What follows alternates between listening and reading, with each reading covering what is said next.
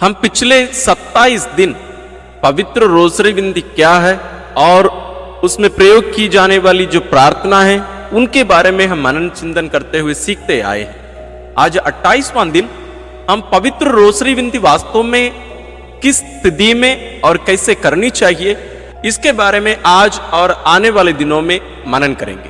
तो आज हम इस महत्वपूर्ण विषय पर मनन करेंगे कि हमें किस स्थिति में रहकर, अवस्था में रहकर पवित्र रोसरी विनती और वास्तव में अन्य प्रार्थनाएं भी करनी चाहिए ताकि उसके जो पूर्ण फल हैं हमें मिल सके। प्रवक्ता ग्रंथ अध्याय 15 पद संख्या 9 में लिखा है, पापी के मुंह में प्रशंसा अशोभनीय है। यदि एक पापी ईश्वर की प्रशंसा करता है तो ईश्वर कहते हैं वो अशोभनीय है, वो स्वीकार्य नहीं है। प्रभु यीशु स्वयं कहते हैं संत मार्कुस रचित सुसमाचार अध्याय 7 पद संख्या 6 में, ये लोग मुख से मेरा आदर करते हैं परंतु इनका हृदय मुझसे दूर है। ये वास्तव में नबी यशायाह की भविष्यवाणी है। तो क्या आपकी और मेरी स्थिति ऐसी है कि हम पाप की अवस्था में हैं, पाप की स्थिति में हैं, हम पाप करते जाते हैं और हम प्रार्थना करने के लिए भी जा रहे हैं? तो ईश्वर आज हमसे कहते हैं कि हमें अपने आप को सुधारना भी जरूरी है। इसलिए किसी ने बहुत सुंदर तरीके से कहा है, यदि एक व्यक्ति प्रार्थना करने जाता है और प्रार्थना से बाहर निकलते समय उसमें कुछ भी परिवर्तन नहीं आया है तो वास्तव में वो प्रार्थना नहीं किया। वह भले कोई भी प्रार्थना हो, पवित्र मिसा बलिदान हो, पवित्र रोसरी विनती हो, कोई भी प्रार्थना हो, यदि उस व्यक्ति में परिवर्तन नहीं आया है तो वास्तव में वो प्रार्थना नहीं किया। ये आपके लिए और मेरे लिए कितना सच है।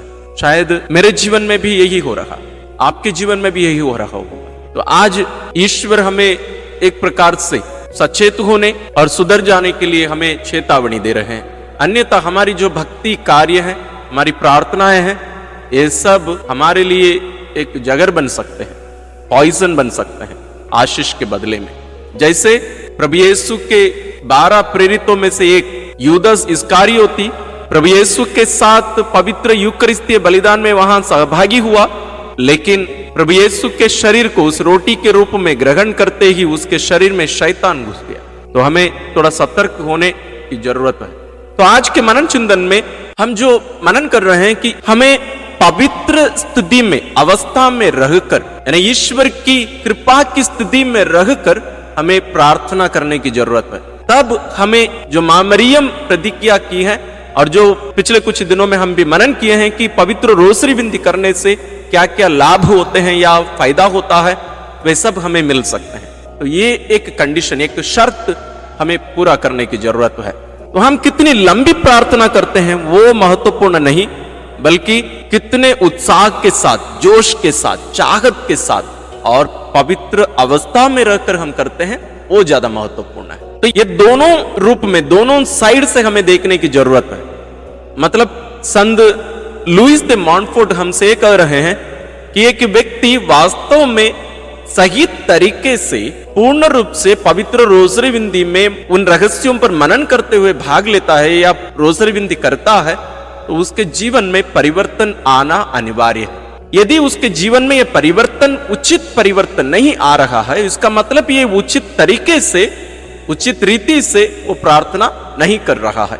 तो क्या इसका मतलब यह है कि यदि हम पापी हैं या पाप के स्थिति में, अवस्था में हैं, पाप की अवस्था मतलब ये छोटे पापों का केवल नहीं, हम कह रहे हैं कि वो आत्ममारू पाप, तो हमें आत्ममारू पाप की स्थिति से हमें छुटकारा पाना और उन अवसरों से बचे रहना जो हमें उस पाप में गिराते रहते हैं। ये हमारे लिए एक लगातार लड़ने वाली एक लड़ाई होनी चाहिए, क्योंकि हम जानते हैं जब तक हम इस धरती में हैं हम पाप करते रहेंगे, लेकिन हमें उस पाप की अवस्था से, स्थिति से बचे रहना, उससे उबर कर ईश्वर के पास दौड़ते जाना ये अत्यंत आवश्यक है।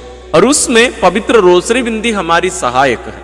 और विशेष रूप से पवित्र रोसरी विनती क्यों पापियों के मुख से ईश्वर पूर्ण रूप से स्वीकार नहीं करते हैं? क्योंकि ये दोनों प्रार्थनाएं, विशेष रूप से हे हमारे पिता या प्रभु की विनती और प्रणामरिया, ये दोनों ईश्वर द्वारा प्रयोग किए गए शब्द हैं। स्वर्गदूत गब्रियल जो शब्द कहे वो वास्तव में ईश्वर के शब्द हैं। ईश्वर स्वर्गदूत गब्रियल को इन शब्दों को देकर उसको भेजे, और प्रभु की विनती स्वयं ईश्वर के मुख से निकले हुए शब्द है। ये दोनों पवित्र व्यक्तियों के मुख से निकले हुए उन शब्दों को जब हम प्रयोग करते हैं, और जरूर पवित्र रोसरी बिंदी के जो रहस्य हैं, भेद हैं, वे भी पवित्र बाइबल से लिए गए हैं, मतलब वो पवित्र आत्मा के शब्द हैं। तो हमें कितने पवित्र होकर उनका प्रयोग हमें करने की जरूरत है, हमें समझना है। इसलिए एक घटना का वर्णन यहां संत लुईस दे मॉन्फोर्ट करते हैं कि एक दिन मां मरियम एक पापी मनुष्य को दिखाई दी जो हर दिन रोसरी बिंदी करता था, और उनके सामने एक बाउल में, एक बर्तन में जो बहुत ज्यादा गंदा था, उसमें कुछ फूलों को दिखाई, और वो व्यक्ति देखकर घबरा गया, डर गया, कहा मां ये क्या है? तो मां मरियम उस व्यक्ति से कही, बेटा तुम भी यही कर रहे हो, तुम अपने पाप की अवस्था से उबर कर बाहर नहीं निकलना चाहते हो, उसी में बने रहते हो, और तुम रोजरी बिंदी करते हो, जो कि एक एक रोज के रूप में, गुलाब के रूप में मेरे पास आते हैं, लेकिन इस अवस्था में, इस स्थिति में, क्या ये मेरे लिए स्वीकार्य है?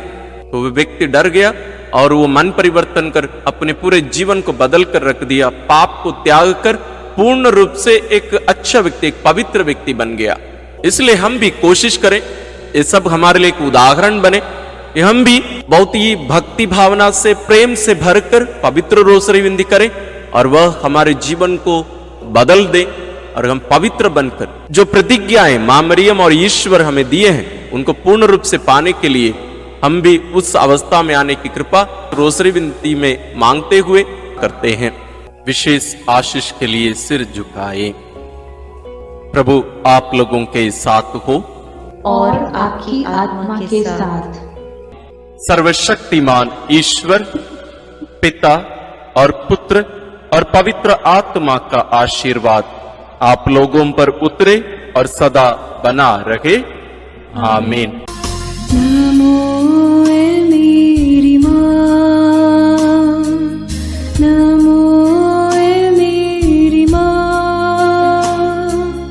मानव में जन्मी है माँ धन्य तू, नमो मेरी माँ, नमो मेरी माँ, नमो मेरी माँ।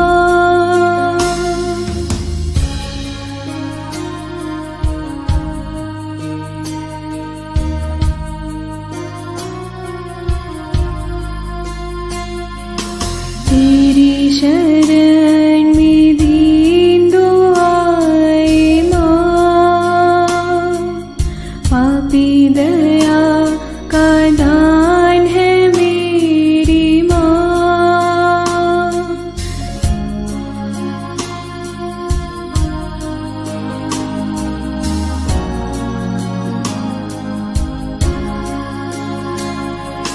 तेरी शरण में दीन दुआए माँ, पापी दया का दान है मेरी माँ। सागर दया का तू है मेरी